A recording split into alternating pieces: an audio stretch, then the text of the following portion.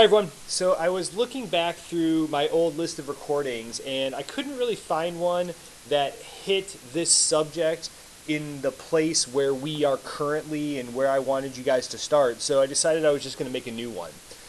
The next couple days we are going to introduce you to the concepts and the field of stoichiometry. So stoichiometry is this big long word, lots of syllables, right? And if you say a word that has a lot of syllables, obviously that makes you sound smart. So let's make sure we know what we're talking about.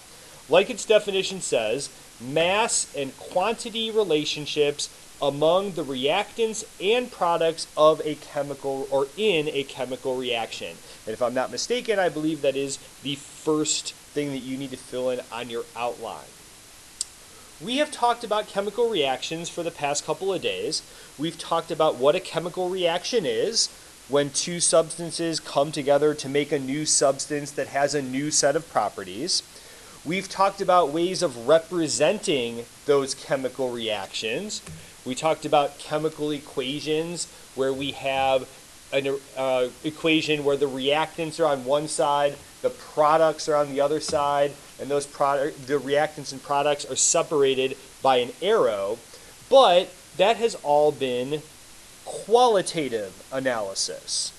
We've talked about what's there at the beginning and what's there at the end, and we've made some, we've grouped together the different types of reactions based on what are the reactants and what are the products, and we can classify them into one of these 5 categories just based on what the reactants are and what the products are. But in stoichiometry, right, we want to get into, like it says here, mass and quantity relationships. So now we're not just talking about what's there, but we're talking about how much is there.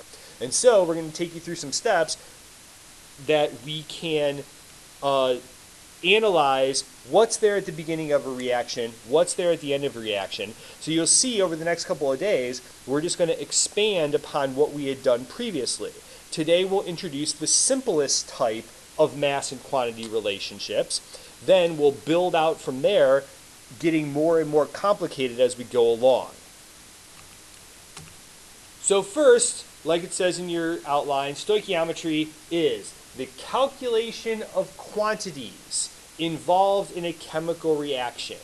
And really important to our discussion over the next couple days, this whole idea of what a balanced chemical equation tells us. So it says a balanced chemical equations through their coefficients indicate the ratio of moles of reactants and products. And so down at the bottom of your outline, you have a chemical equation representing a reaction between nitrogen and hydrogen. First, hopefully by looking at this equation, you would be able to tell me that this is a synthesis reaction. We're taking two smaller compounds, two simple compounds or simple molecules, and we're putting them together to make something that's more complex. So this is a synthesis reaction. But I also hope you can tell me, or at least be able to figure out by looking at this equation, that this equation is not balanced. Remember that a balanced equation has to have the same number of each type of atom in the reactants and the products. If we look at the reactants and the products of this reaction, we see that there are 2 nitrogen atoms, but there's only 1 nitrogen atom over in the products. And we see that there are 2 hydrogen atoms in the reactants, but now there are 3 hydrogen atoms over there in the products. So this equation, as written, is not a balanced equation. Now, it says on your outline, directly next to this, I believe, but hopefully you could go through the process of determining that these are the coefficients that are required to balance this equation. Remember that balancing an equation is based on the idea of conservation of mass. Whatever was there at the beginning of a reaction has to be there at the end of the reaction. Also remember that we have added these coefficients in front of the formulas to increase the amount of a certain molecule, but not change what that molecule actually is. Remember that the subscripts indicate which atoms are joined together in which ratio to represent the reactants and the products, but the coefficients just change the amount of those products. Now, if we were to go and describe this equation, we would say, hold on a second, let me erase these. If we were going through and describing this reaction, I hope that you could come up with the idea that there is one diatomic nitrogen molecule, two nitrogen atoms joined together. There's one of those groups of two. That one nitrogen molecule combines together with three diatomic hydrogen molecules. Remember, diatomic means that it's the same type of atom joined together with itself or with another atom of the same type. There are groups of two hydrogen atoms, but there are three of those groups, a total of 6 atoms. When we rearrange the two nitrogen atoms joined together in one group of two, the 6 hydrogen atoms joined together in 3 groups of 2, we end up with a bigger molecule. This is called ammonia. But there are 2 of those ammonia molecules. So we could say one molecule of nitrogen joins together with 3 molecules of hydrogen to give us 2 molecules of ammonia. And that would be correct. But if we wanted to study that on a macro scale, things in our real world, that would be really difficult to do. It's nearly impossible for us to isolate one molecule of nitrogen and 3 molecules of hydrogen to then watch them join together and form 2 molecules of ammonia. So while those coefficients represent the number of molecules that need to come together, they can also do something else for us. Hopefully you remember, it wasn't too long ago, that we talked about the mole. And we talked about the mole as a counting unit. And the counting unit that a mole represents is always 6.022 times 10 to the 23rd things.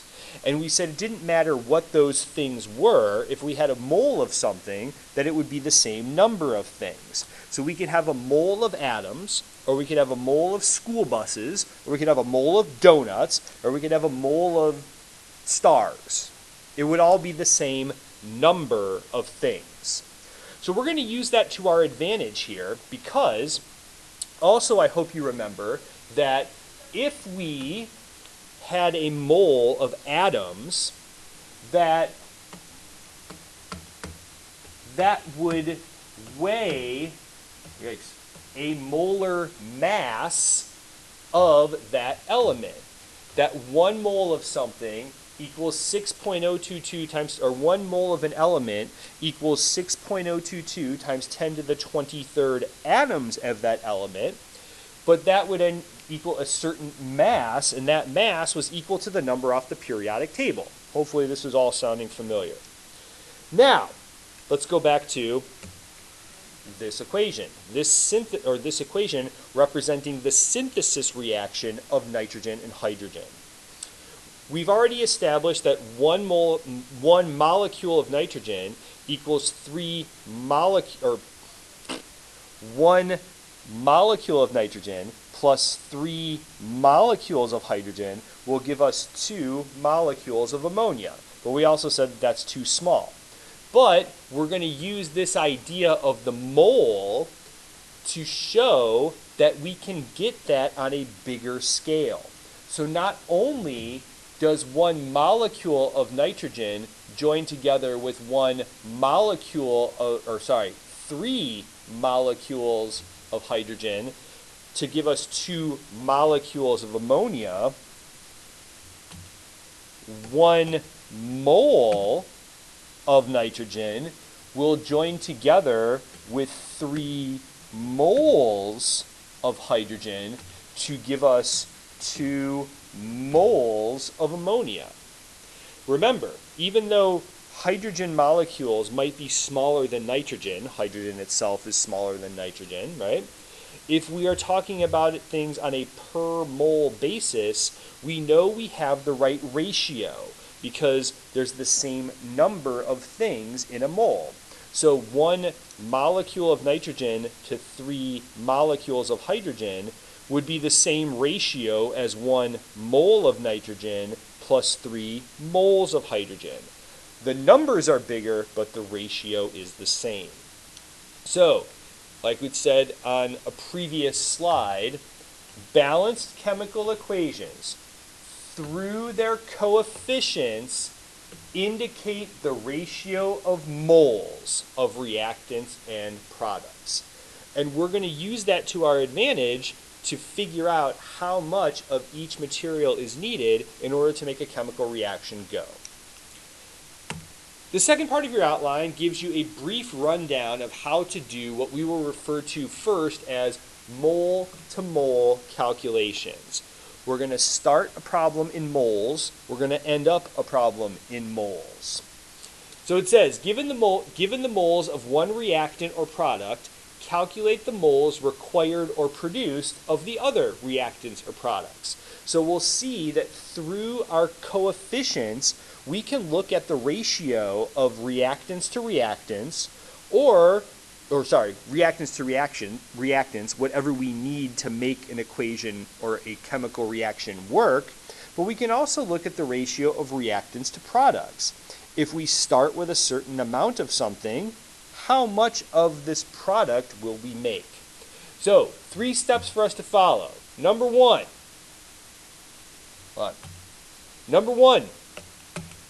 write the balanced chemical equation. It all has to start with the balanced chemical equation.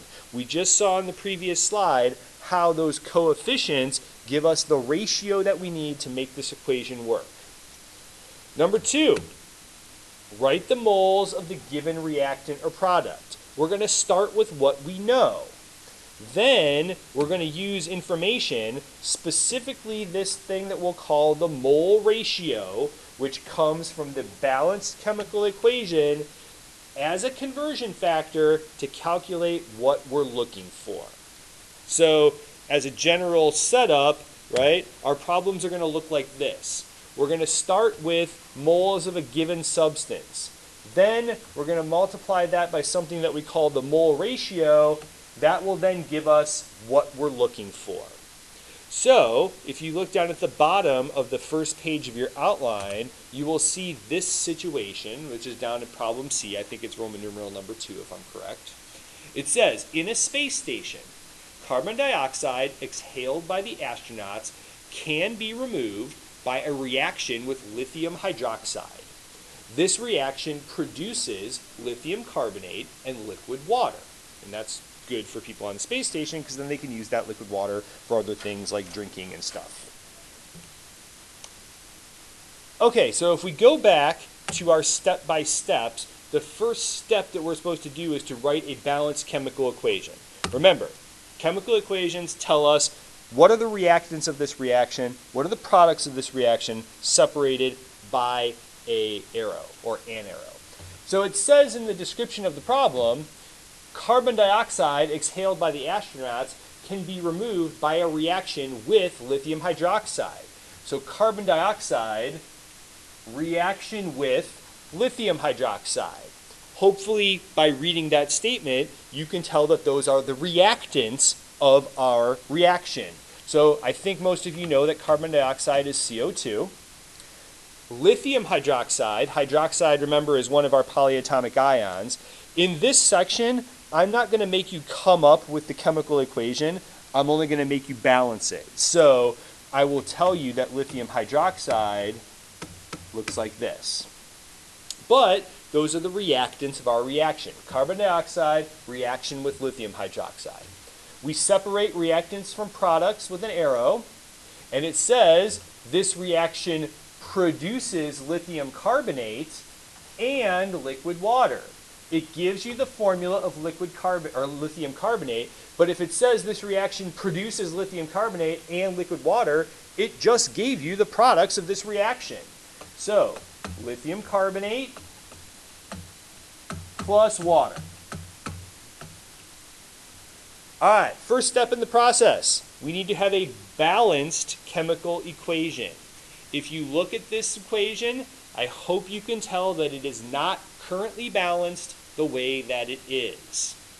And so, first thing we do is we need to balance it. Well, we take a look, right?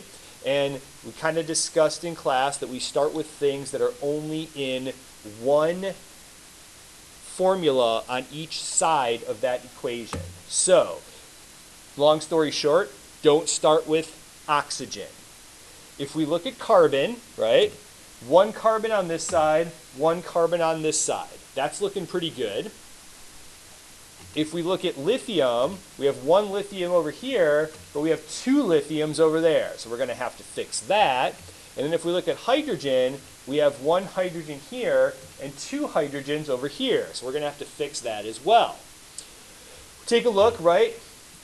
One lithium, two lithiums, one hydrogen, two hydrogens. So it looks like we're going to have to put a 2 coefficient out in front of that lithium hydroxide. That takes lithium on the reactant side up to 2, and it takes hydrogen on the reactant side up to 2, because remember that coefficient counts for the entire formula that it precedes. Now, let's go back and take a look at our oxygens, right? 2 oxygens right here. Now, 2 oxygens in this group, because we have 2 lithium hydroxides. Each lithium hydroxide has 1 oxygen. So 2 here, that's a total of 4. We got 3 in the lithium carbonate and 1 over in the water, so now we're balanced with our oxygen too. So now everybody's good just by adding this 2 coefficient right in front. And if we go back to our checklist, right, the first step in the process was to write a balanced chemical equation. We've now done that for this situation. Step 2, write the moles of the given reactant or product. So it says in question number 1, how many moles of lithium hydroxide would be needed to remove 20 moles of carbon dioxide, which is about what an average human exhales daily. So here, if we talk about things in terms of the process that we go through, right, we ask a question first. The first question that we need to ask is, how many moles of lithium hydroxide, right? That's our unknown. How many moles of lithium hydroxide? Oh, don't need 2 question marks. And it tells us that we need to remove 20 moles of carbon dioxide. So we have 20 moles of carbon dioxide. We have one piece of information. We're trying to get another piece of information. We are going to make use of a skill that we acquired a couple units ago, and we are going to use a conversion factor, time sign fraction bar. Now, this conversion factor is similar in that it has a top and a bottom, and we use the bottom to get rid of what we're trying to get rid of, and we use the top to go to what we're trying to go to. But it's a little different than the conversion factors that we used before, because now we're trying to turn moles of one thing into moles of something else. We can do that through the balanced equation. So we're going to start this conversion factor with units, just like we've started all of our conversion factors. I'm going to put moles of CO2 on the bottom. Sorry, one thing I should remind you of. Very important that we use formulas with our units now to make sure we keep things straight. We'll see that we'll have some conversion factors that have similar units, but they are representing different formulas. So we're trying to get rid of moles of carbon dioxide in this problem because we're trying to remove carbon dioxide. And it's asking us how many moles of lithium hydroxide. So I'm going to put moles of lithium hydroxide on the top of this conversion factor. I'm trying to get rid of moles of carbon dioxide. I'm trying to go to moles of lithium hydroxide. So now, going back to our checklist, right, we have written the moles of our given reactant or product. The third step is to use the mole ratio. determined from the balanced equation. Remember here, here, we saw that these coefficients give us the ratio of the reactants to each other and the reactants to the products. We said that works if we're talking about molecules, but it also works if we're talking about moles. So going back here, we take a look at our balanced chemical equation, and we see that carbon dioxide has no coefficient in front of it, so we know that that means 1. But that lithium hydroxide has a coefficient of 2. That means that for every 1 molecule of carbon dioxide, we need 2 molecules of lithium hydroxide. But it also means for every 1 mole of carbon dioxide, we need 2 moles of lithium hydroxide. So we have this conversion factor that has moles on the top and moles on the bottom. Different formulas, but moles of one thing and moles of another thing. We need numbers. We go to the balanced chemical equation, and specifically the coefficients of the balanced chemical equation. So I'm going to put 1 here, and I'm going to put 2 here, because those are the coefficients of those formulas. This conversion factor is very important when we are examining mass and quantity relationships, stoichiometry, in chemical reactions. We refer to this conversion factor as the mole ratio. It has moles of one thing on the top of that conversion factor and moles of another thing on the bottom. So we go from one part to another part. Now we do our math. Moles of carbon, if we want, like we've discussed, right, if you want to, you can put this over 1, so you have fractions multiplying by fractions. Moles of carbon dioxide on the top, moles of carbon dioxide on the bottom. Those cancel. The only unit that we have left now is moles of lithium hydroxide, and that's good because that's what we said we wanted to find out. Now we just do our math. 20 times 2, that one's pretty easy, all right? And so we end up with 40.0 moles of lithium hydroxide. If we look at the bottom, moles of carbon dioxide canceled. We just have 1 times 1 left on the bottom, so we don't have to worry about that anymore. So we need 40 moles of lithium hydroxide to get rid of 20 moles of carbon dioxide, because the chemical equation told us that we needed a 2-to-1 ratio. For the next part, here, let me get rid of this. Let's see if we can do this faster. All right, get rid of this. There's probably a faster way I could have done this, but oh well.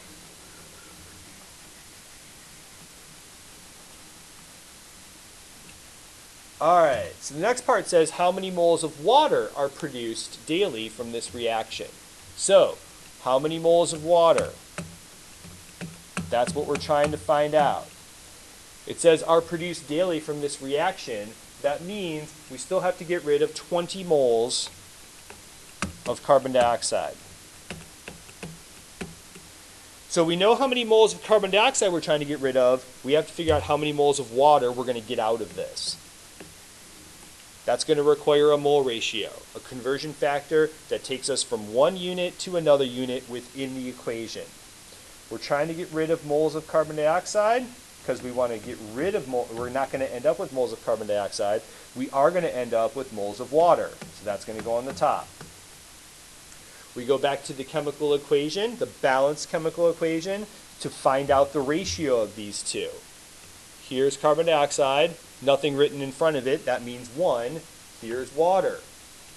Nothing written in front of that, so that makes our mole ratio 1 water to 1 carbon dioxide. That makes our math a lot easier, but it gives us the ratio. For every mole of carbon dioxide that goes away, we end up with 1 mole of water. Hopefully this math isn't too terribly difficult for you. We'll put that over a 1. Moles of carbon dioxide cancel. The only unit that's left is moles of H2O. Sorry, should have done this first. This conversion factor that gives us moles of one thing, or gives us the ratio of moles of one part of the equation to moles of another part of the equation, we call that the mole ratio. Carbon dioxides go away. Now we just got a bunch of ones left on the board. And so we know that if we get rid of 20 moles of carbon dioxide, we're going to end up with 20 moles of water. All right, that takes us through the first type of problem where we go from moles of one thing to moles of another thing. The first sheet, or the practice sheet that I gave you today, or that was available to you today, goes through those types of problems. Oh, nope, that's your outline.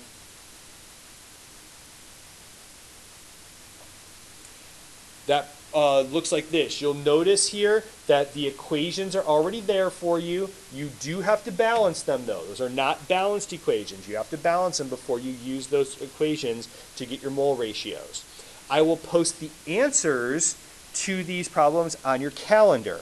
And tomorrow we'll go through the next step, which builds on this mole to mole ratio and gives us how do we get into numbers like grams, which are a lot easier to measure than moles.